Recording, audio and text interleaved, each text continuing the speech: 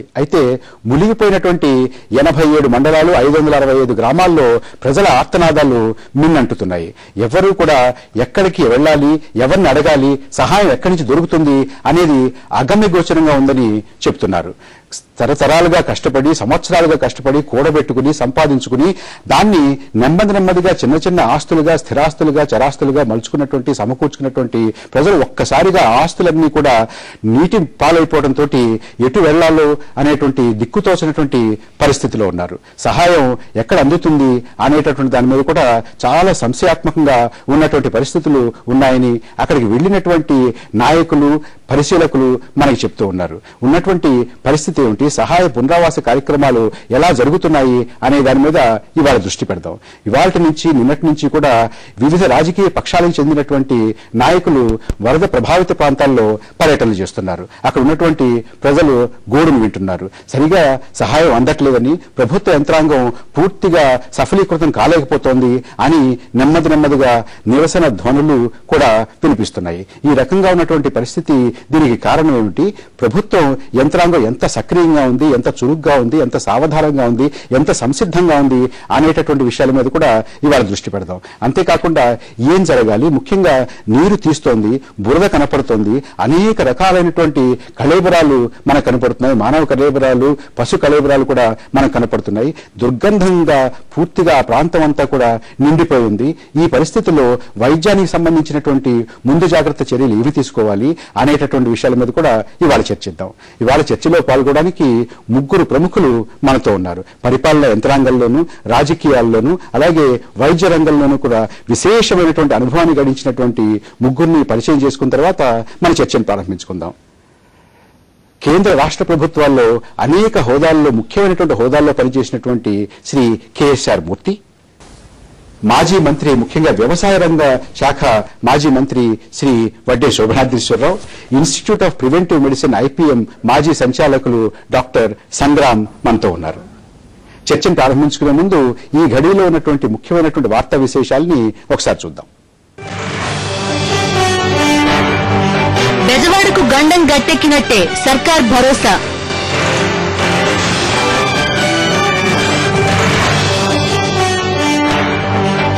ప్రకాశం barrage నుంచి తగ్గిన outflow, అయినా దివిసీమను వీడని ముప్పు.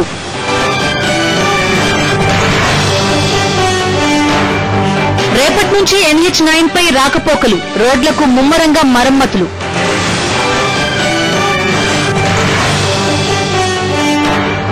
వర్తమానం భయం, భవిష్యత్ అంధకారం.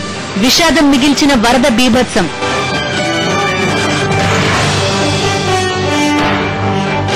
బాధితులకు నేతల పరామర్శలు, వెల్లువెత్తుతున్న విరాళాలు.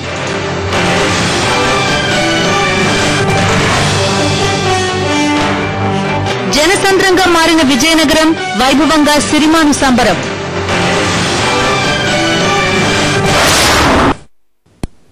చర్చను ప్రారంభించుకునే ముందు శ్రీశైలం, నాగార్జున సాగర్, ప్రకాశం బ్యారేజీ వద్ద ఉన్నటువంటి నీటి మట్టాన్ని, తాజాగా ఉన్నటువంటి అంకెల్ని, అంచనాల్ని ఒకసారి చూద్దాం.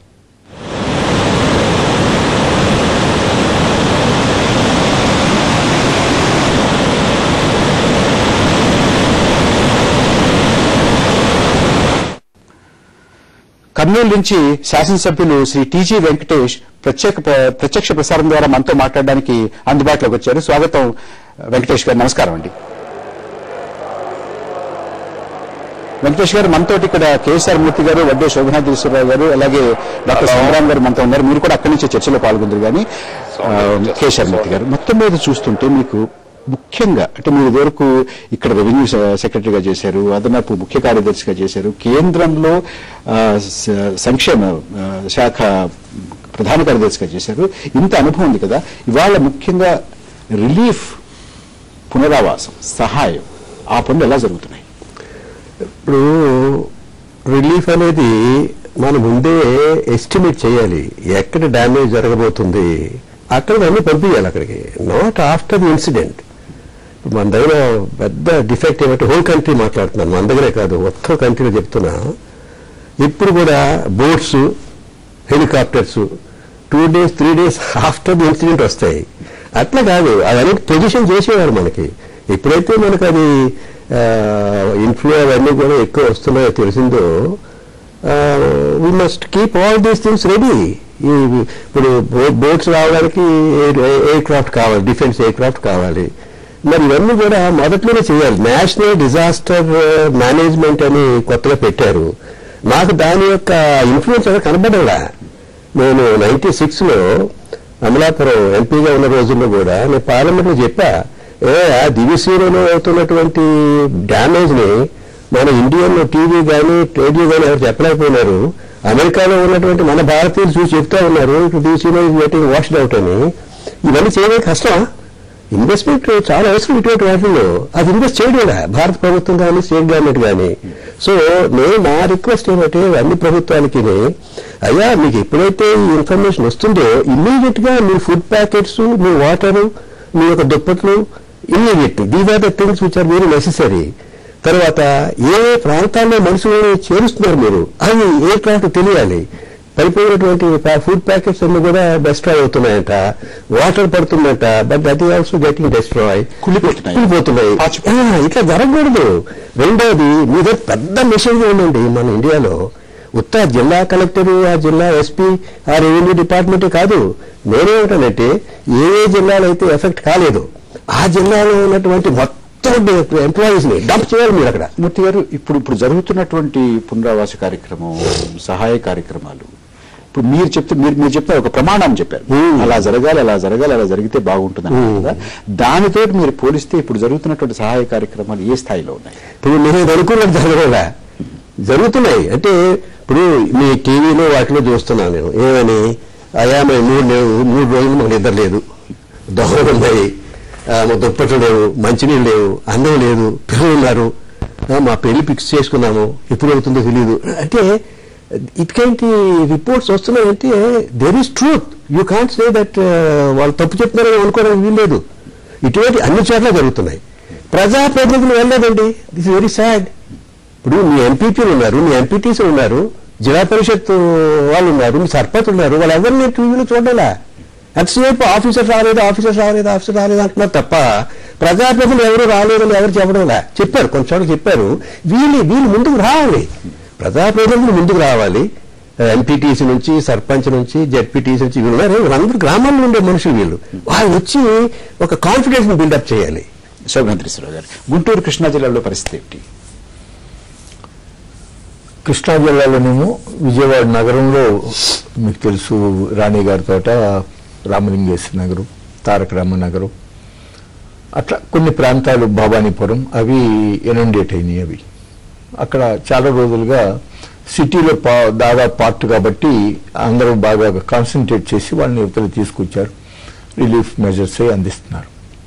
పల్లెటూళ్ళకి వచ్చేటప్పటికీ లంకల్లో రెండింటి మధ్యన ఉన్న లంకల్లో ఉన్నటువంటి వాళ్ళకి ఇప్పుడు కూడా వాళ్ళకి తరచుగా ఇటువంటి ప్రమాదాలు జరుగుతాయి. ఈ పర్యాయం మొత్తం అసలు ఇంకా ఏ ఒక్క లంకలోనూ కూడా మిగల అంత హైయెస్ట్ ఫ్లడ్ వచ్చింది కదా ఈ పర్యాయం.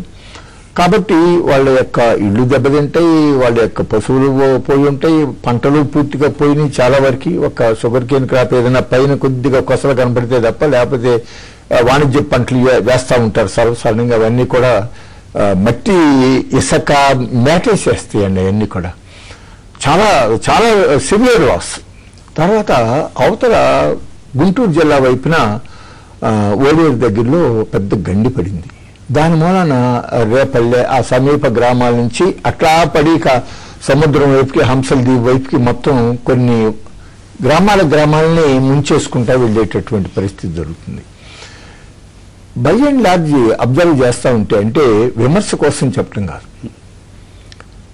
రిలీఫ్ మెజర్స్ వేగంగా సమర్థవంతంగా అమలు జరగట్లేదని కనపడతా ఉంది.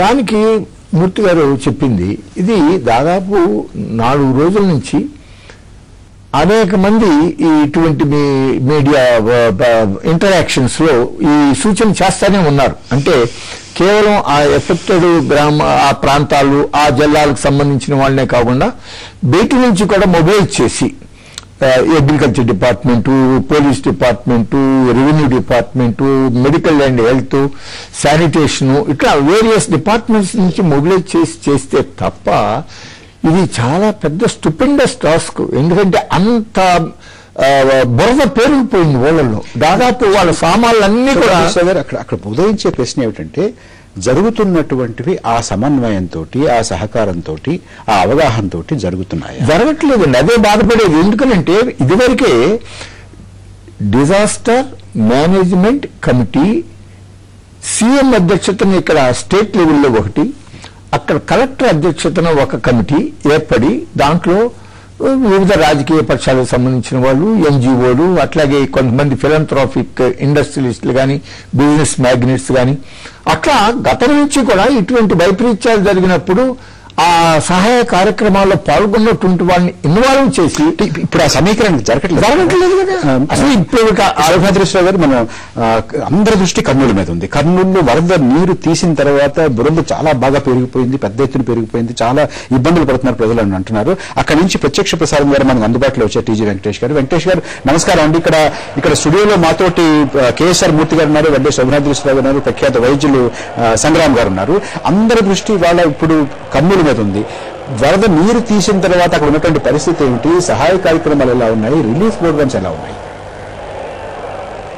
ఇప్పుడు మొట్టమొదటి నేను చెప్పేది ఏమంటే మా ప్రాంతం వచ్చి కరువు ప్రాంతం అన్నమాట. మాకు నీళ్లు వచ్చి ముంచెంత ఎప్పుడు జరగటం లేదు. సో ఇక్కడ ఎప్పుడు మాకు నీళ్ల కోసం తాళతాళాడే ప్రాంతం ఇది అనమాట. నీళ్లు ఉండవు అనమాట. అదే కోస్టల్ ప్రాంతం అయితే వారికి కరువు అనేది తెలియదు. ఓన్లీ నీళ్లు సంగతి తెలుసు వాళ్ళకు. ఎప్పుడూ నీళ్లు ఎక్సెస్ గా వస్తూ ఉంటుంది. వారికి ఇటువంటి అవాంతరాలు వచ్చేటప్పుడు ఎదుర్కొనే కెపాసిటీ కూడా వాళ్ళకు ఉంటుంది అనమాట. ఇంకో ప్రాబ్లం మాకేమంటే కర్నూలు చుట్టుపక్కల అంతా జలమయం అయిపోయింది. అంటే పల్లెలు కానీ, ఇక్కడికి వచ్చే హైదరాబాద్ నుంచి వచ్చే ఫెసిలిటీస్ కానీ 99% మేము హైదరాబాద్ మీద డిపెండ్ అయి ఉంటాం అనమాట. హైదరాబాద్ కట్ కావటము, అలాగే నంద్యాల, ఇక్కడ విజయవాడ నుంచి ఈ విజయవాడ సైడ్ ఉండే నంద్యాల, కడప, ఇక్కడి నుంచి వచ్చే ఫెసిలిటీ నంద్యాల కట్ అయిపోయింది. సో ఈ విధంగా దిగ్బంధంలో పడినాం. ఒక పక్కేమో ఫ్లడ్స్, ఒక చుట్టుపక్కల ప్రాంతాలు, మళ్ళీ చుట్టుపక్కల ప్రాంతాల నుంచి మాకు వచ్చేదానికి కూడా ఏ ఫెసిలిటీ అవకాశం లేకుండా పోయింది. సో గురువారం రాత్రి భయంకరమైన రాత్రి మాకు ప్రతి ఒక్కరూ ప్రాణాల చేతిలో పెట్టుకొని నిలబడ్డారనమాట. సో ఈ పరిస్థితి కలిగేదానికి కారణం రకరకాలుగా ఉన్నది. సో జనరల్ గా మామూలుగా మనం అందరూ చెప్పుకునేది కర్ణాటక నుంచి ఇన్ఫర్మేషన్ రాకుండా ఇది సునామీకి ఎలా శాటిలైట్ పెట్టింటారో సముద్రానికి, అలాంటిది శాటిలైట్ సిస్టమ్ తో వీళ్ళు మెజర్ చేసుకుంటూ మరి తుంగభద్ర ఎప్పుడు ఫుల్ అవుతా ఉంది, కృష్ణ ఎక్కడ ఫుల్ అవుతుంది, ఇవంతా వీళ్ళు చూసుకుంటూ ముందుకు వెళ్తే తప్ప ఇటువంటి అవాంతరాలు తీసేదానికి అవకాశమే ఉండదన్నమాట. అంతేకాకుండా బుధవారం నుంచి గురువారం వరకు నేను హెచ్చరిస్తూనే ఉన్నాను. ఇరిగేషన్ ప్రాజెక్టు వాళ్ళకంతా ఒక అలవాటు ఉంటుంది. డ్యామ్ ఫుల్ అయ్యేంత వరకు వాళ్ళు గేట్లు తీసే ప్రసక్తి ఉండదు అన్నమాట. డ్యామ్ ఫుల్ అయినాక గేట్లు తీస్తారు. సో అది ఒక ఇప్పుడు కాదు, వాళ్ళ రక్తంలోనే అది ఉంటుంది మైండ్. ఇంట్లో వాళ్ళు చూడరు అనమాట. డ్యామ్ మునిగేదే ఇంట్లో ఇంత వస్తా ఉంది, అవుట్ లో మనం డబుల్ పెట్టాలని ఆలోచిస్తాం మనం ఒక పారిశ్రామికవేత్తగా. అది నేను వెంట కూడా పడతా ఉంటుంది. వాళ్ళు ఇంట్లోకు ఆఫ్ పెట్టేవాళ్ళు నేను వెంట పడినందుకు వాళ్ళు ఇంట్లోకు దానికి ఈక్వల్ గా పెడుతూ వచ్చారు. వెంకటేష్ గారు ప్రస్తుతమే దృష్టి పెడదాం కాసేపు. చెప్పండి. ఇప్పుడు నీరు నెమ్మదిగా తీస్తోంది. చాలా మంది రాజకీయ నాయకులు, ఇతర పక్షాల వాళ్ళు వెళుతున్నారు. వాళ్ళందరి దగ్గర కూడా ప్రజలు చాలా పెద్ద ఎత్తున మాకు సరిగ్గా సహాయం అందట్లేదు, మాకు ఏ రకమైన సహకారం లేదు, ఎవరు మమ్మల్ని పలకరించట్లేదు అని అంటున్నారు. ఒక్క క్షణం మనం పూర్తి చేయండి వెంకటేష్. నేను ఇక్కడ సహాయ సహకారంలో నా ప్రశ్న పూర్తి చేయండి వెంకటేష్. వెంకటేష్ గారు ఒక్క క్షణం నా ప్రశ్న పూర్తి చేయండి.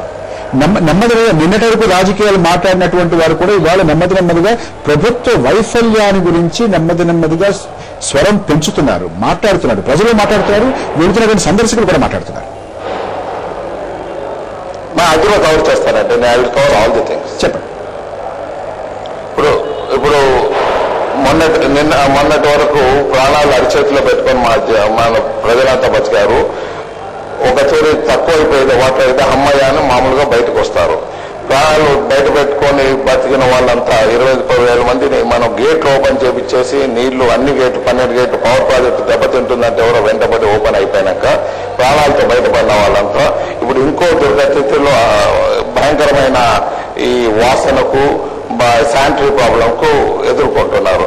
దీంట్లో మాకు బోట్లు రాలేకపోయాయి, ఫ్యూయల్ హెలికాప్టర్కి రాలేకపోయినాయి, బ్రీచ్ అయినందుకు హైదరాబాద్ రోడ్డు.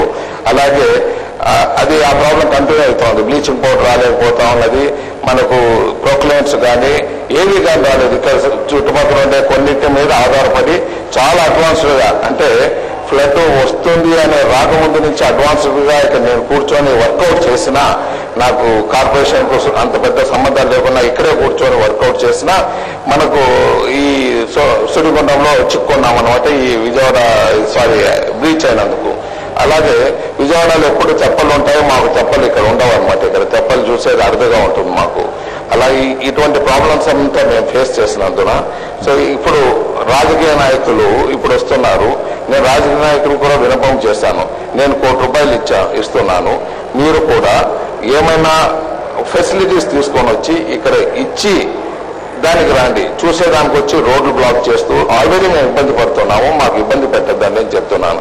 సో వచ్చిన వాళ్ళు న్యాచురల్ గా ఏదో ఒక కామెంట్ చేసుకుంటూ పోవాలా. ప్రజలు ఇబ్బందులు ఉన్న వాళ్ళని తృప్తి చేసేది జస్ట్ ఇంపాసిబుల్. ఏ గవర్నమెంట్ చేయలేదు, ఎవరు చేయలేదు. కానీ మన పని మనం చేస్తూనే ఉండాలి. ఈ రోజు నైట్ విరామం తీసుకుందాం. వెంకటేష్ గారు దయచేసి విరామం తీసుకుందాం. మీరు చర్చలో